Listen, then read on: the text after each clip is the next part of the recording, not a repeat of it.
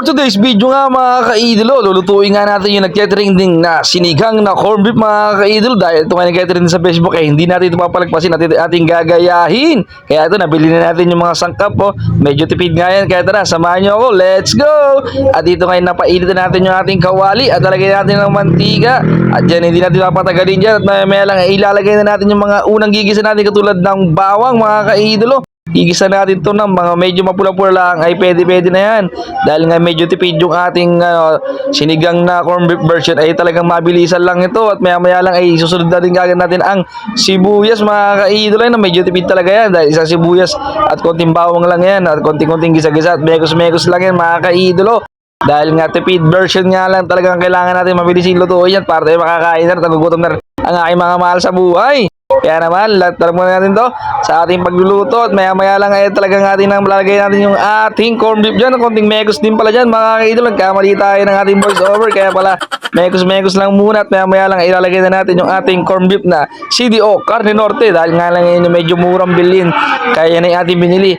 At para dalawa nga yung ating mabibili kaya yun yung ating binili CDO Carne Norte. Baka naman, dalawa nga yung ating nilagay niya mga ka-idolo. At maya lang imemekos lang din natin yan para lang mag-isa ng ayos yung ating Carne Norte na sinigang version ni ka-idolo.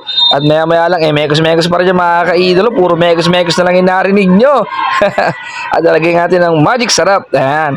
Dahil nga sa magic sarap na yan, kahit hindi ka magaling magluto ay sasarap ang iyong lutuin. Magic sarap, baka naman. Woo! At ganito rin ba kayo mga ka-idolo tuwing kayo nagluluto ng mga dilata ay nilalagay nyo ng tubig yung latang inyong pinagamitan para ito'y malinisan. Dahil kung ganito kayo, comment nga kayo at pakita nyo yung mga video na meron kayong ginagawang ganito. At comment nga pala kayo kung tiga saan kayo para alam ko kung saan mabot ang video na to. At ganyan kami mga ka-idolo dito sa Talim Island.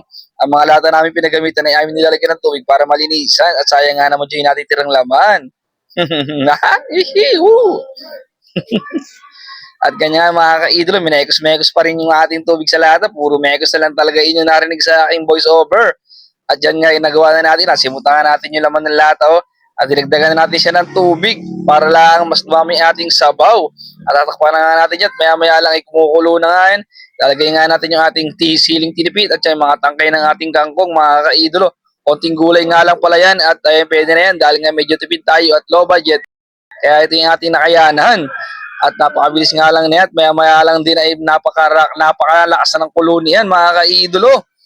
At dyan nga ilalagay na natin yung ating Nor Sinigang, original sa Sampaloc. Napakasolid talaga na yan. Bata pa lang kami, yan ang aming ginagamit na papaasim sa aming mga nilulutong sinigang. Napakasolid nga niya mga ka-idolo.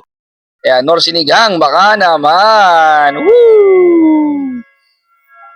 At makikita nyo nga, maririnig nyo nga sa voice over kong ito ay napakaingay dahil nga merong ginaganap na liga ng veterans sa aming lugar, ang Barangay Nabotas. Kaya talagang yung ating voice over ay hindi tahimik dahil nga tayo malapit sa overcourt.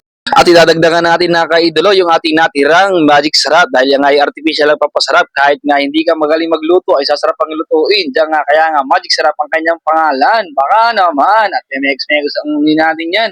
At marami at ito nga pala sa video to ay magpapasalamat muna tayo sa ating 12,000 followers. Road to 13,000 na tayo mga ka-idolo. Dahil nga sa inyo tayo ay nagkaroon na ng first sahod, second sahod sa Facebook.